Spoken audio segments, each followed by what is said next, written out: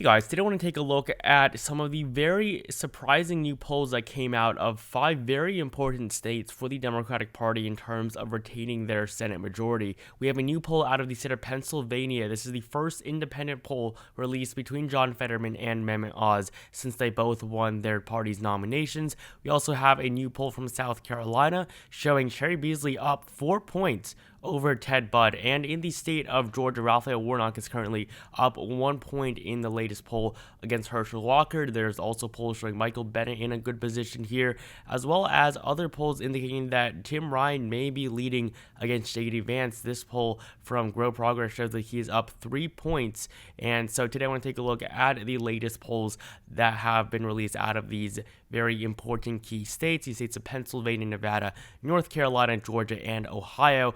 As you can see here in the state of Nevada, Catherine Cortez Masto is up 23 and 21 in the 2 latest polls that were released for her re-election campaign. So I'm going to start off by filling in just the solid and likely states on this map here for both parties, just to show that the states that we're going to be talking about today really are the most important elections that we have on the Senate level this November. So filling in the solid Democratic states, 46 for the Dems. Now for the GOP, there is going to be a very similar amount. I am going to give them the state of Florida. I don't think that race is going to be too contested, even though Val Demings is an okay candidate. I think Marco Rubio is just too popular in the state. Missouri will also be likely for the Republicans. Iowa, I will classify as solid. So 46 for both parties. These are really the 8 toss-up races that are going to be the closest this November. So the first poll that we got was from the state of Pennsylvania. This is the first poll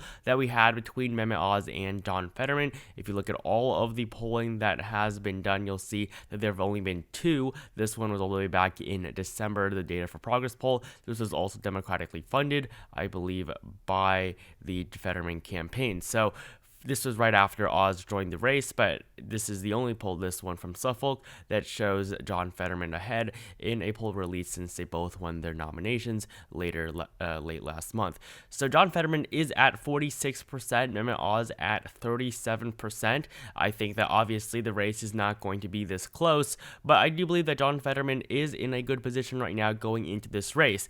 This is by far the only race the Democratic Party has a chance of winning that is currently held by a Republican. There is really no other Republican incumbent that I think can be defeated. Now, there's no incumbent from the GOP in Pennsylvania, but I do not believe that any Republican incumbent is going to lose their re-election this November on the Senate level. I think that Pennsylvania really is the only Republican-held seat in the Senate right now that the Democratic Party has any shot of flipping in the election. So in 2016, Pat Toomey won 48% of the vote. This was obviously a very strong finish for the Republicans. This was also with the election of Donald Trump, who also won Pennsylvania. So in Pennsylvania, it is difficult, I would say a little bit more so, for the Republicans to win than the Democrats. But in 2022, with it being a red wave year, it really will be very difficult for John Fetterman. Even though I think that in a normal election, I think if this was 2020,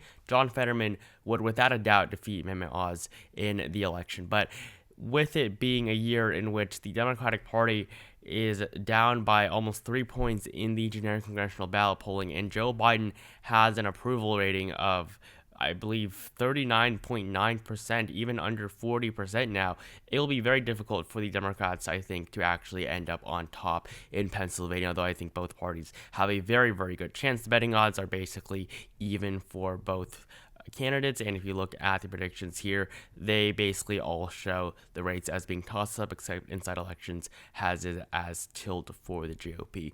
So looking at the race in Pennsylvania right now, I think the Democratic Party has a very slight advantage. This polling is definitely good for the Democratic Party, but it is no indication that John Fetterman is going to win by any sort of margin, even close to 9%.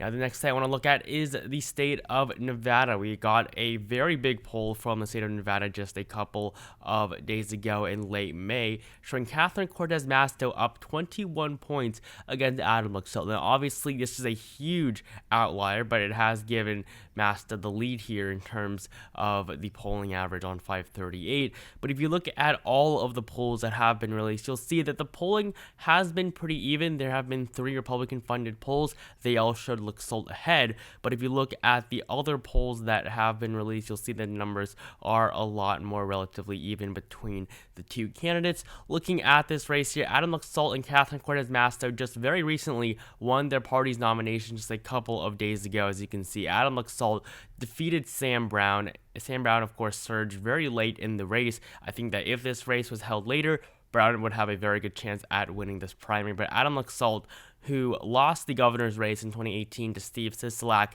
is now going to be challenging Catherine Cortez Masto. She, of course, won her nomination very easily with 90.7% of the vote. So both these candidates won their primaries with pretty impressive margins. Adam Luxalt especially, considering the fact that he actually really had a competitive primary.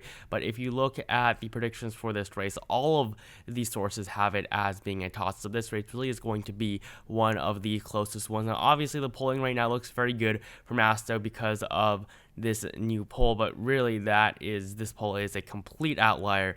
There's no way that Adam Luxalt is at 27% support. He literally has more just from the amount of people that voted for him in the primary. Now, if you do look at the primary, though, you'll see that there was much higher turnout for the Republican Party, although this is not too surprising.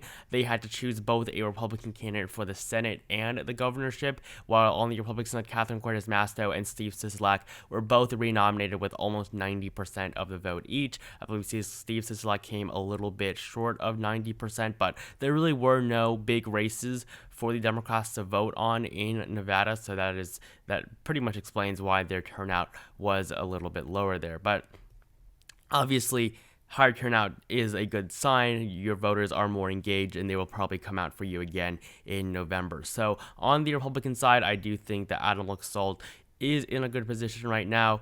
I'm really not going to take this poll into account. I think that it does not really tell us anything significant about this race, but I think Cortez Masto is pretty much the most vulnerable Democrat running for their re-election. I would categorize the three most vulnerable Democrats as Cortez Masto in Nevada, Mark Kelly in Arizona, and Raphael Warnock in Georgia. All three of these Democratic incumbents are at a huge risk of losing their re-elections this November. I think that in New Hampshire, Maggie Hassan is a little bit safer. I do think that in all likelihood, she is going to defeat Chuck Morse or whoever the Republican nominee ends up being. The primary there is not in a few months. So the next state I want to look at is the state of North Carolina. Right now, I am going to give the Republicans the lead here in Nevada very slightly. It really does not mean too much. We're really just going to have to see what happens. But even though that one poll did show Cortez Masto up significantly, it really does not matter. I think that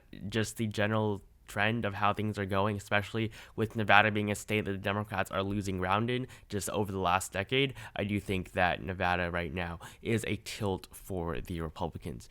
I'm not going to categorize every single race. I just wanted to show how these races are going for both of the parties. Relatively speaking, this isn't really by margin. This is more of a subjective thing with the ratings here. So the next state I want to look at is the state of North Carolina. Ted Budd currently leads by an average of 2.3 in terms of the polling average against Sherry Beasley. Sherry Beasley leads by 4 points according to the latest poll that had been released. This poll is between Beasley and McCrory, so you will have to ignore this. Pat McCrory lost the nomination to Ted Budd, but Ted Budd here has led in every single poll except for this one, at least here on 538. Of course, there are a lot older polls, but in terms of recent polls since the month of May, Ted Budd has been relatively solid in terms of his numbers. I think that this is a race that the Democratic Party is going to lose. As you can see here, Ted Budd against Sherry Beasley, they have both won their nominations.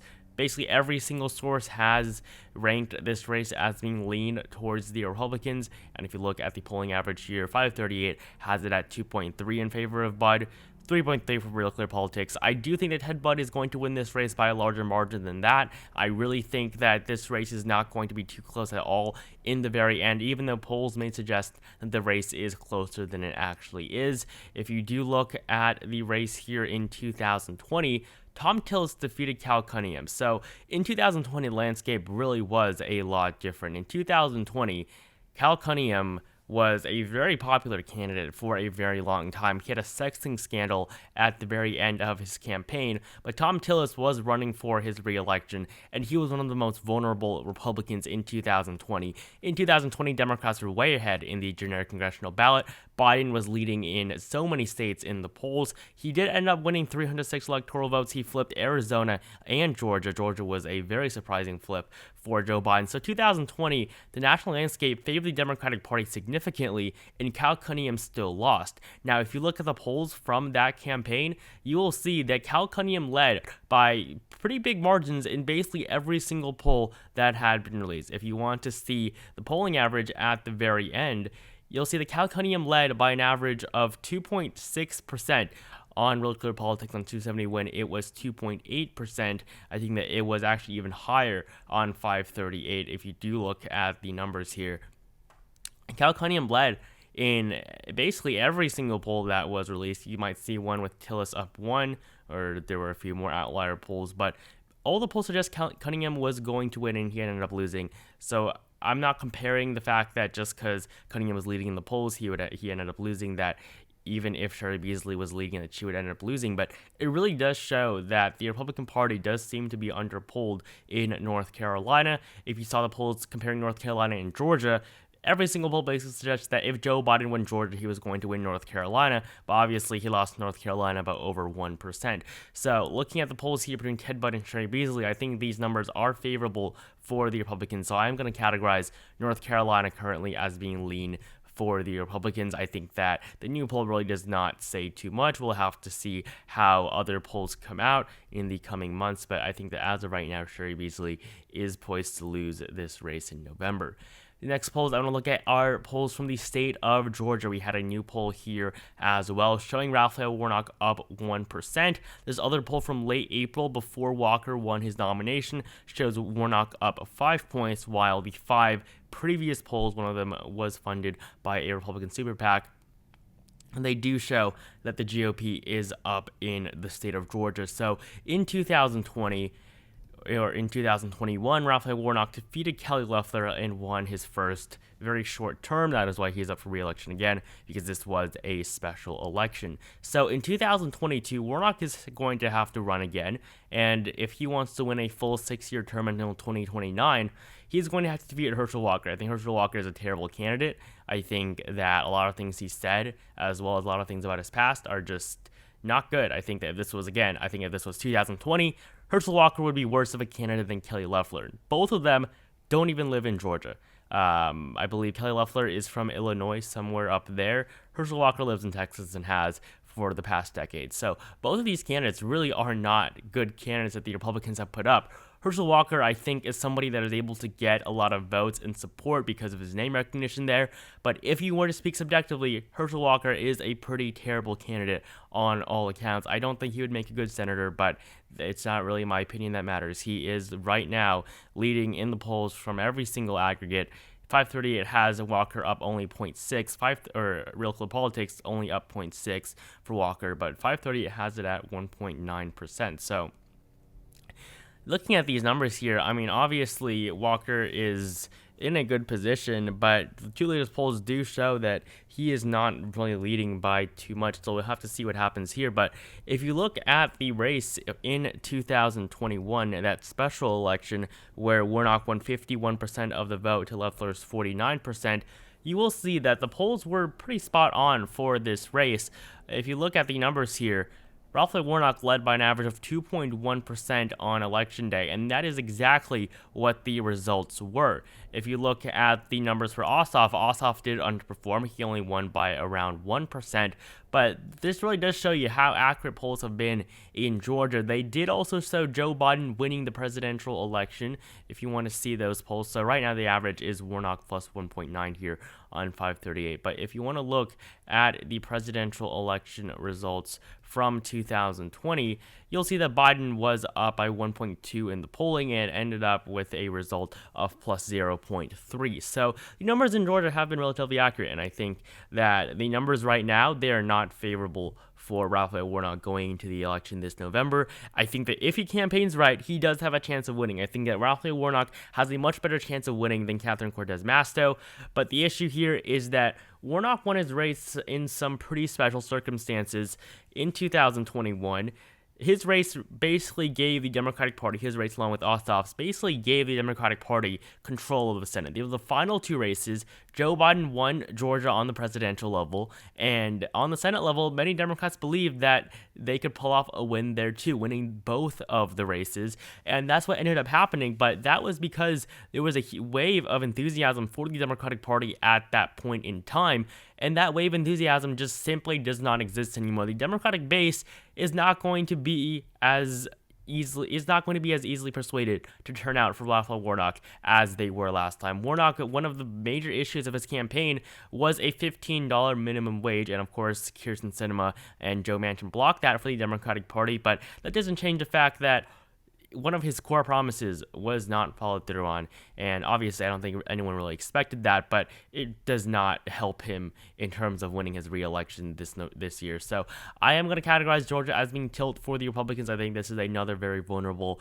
incumbent. I don't think that Warnock is a bad incumbent. I just think that the national environment just is not favoring him at all at this point. And the final state that we got new polls from is the state of Ohio. I do want to look at the latest poll from Ohio. It does show Tim Ryan up 3 points against J.D. Vance. It is funded by Innovation Ohio, a sponsor for the Democratic Party. So looking at the polls that have been released, you'll see that these polls are from August of last year. The two latest polls that have been released, one of them Democratic funded, shows Ryan up 3. This other poll shows J.D. Vance up 2. So I do think that J.D. Vance does have a slight advantage at this point in time. This race, I think, is going to be one of the most interesting that we have this November. I think that it is going to be closer than what a generic Republican would do against a generic Democrat. I think Tim Ryan is a better candidate than J.D. Vance, just in terms of candidate quality. I think Republicans have been pretty poor with their nominations.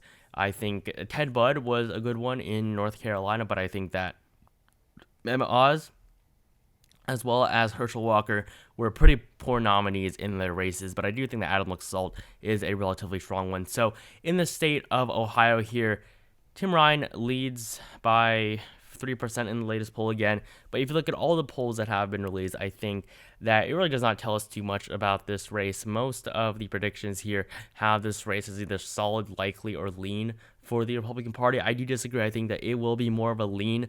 I don't think that it will be likely in Ohio, but we really are just going to have to see what happens in the next couple of months. I think if Tim Ryan runs a good campaign, I think he has a very small chance of winning, but I do think that he has a chance of winning this state. I think that Ohio really has turned into a state that at this point I would say is pretty even with Wisconsin in terms of how close it is, and Joe Biden lost Ohio by 8 points. He won Wisconsin by a little bit over half a percentage point. And if you look at the election in 2018, Sherrod Brown did defeat Jim Renacci by almost 7% in his re-election. So this does show that Democrats can win in Ohio, and I think that if Tim Ryan does his campaign well, I think that he does have a chance at doing so. But right now, I am going to categorize the state of Ohio as being lean for the Republicans. So this really isn't any sort of prediction here. I just wanted to take a look at polls from 5 key states. All of them showed good numbers for the Democrats, but we're really going to have to see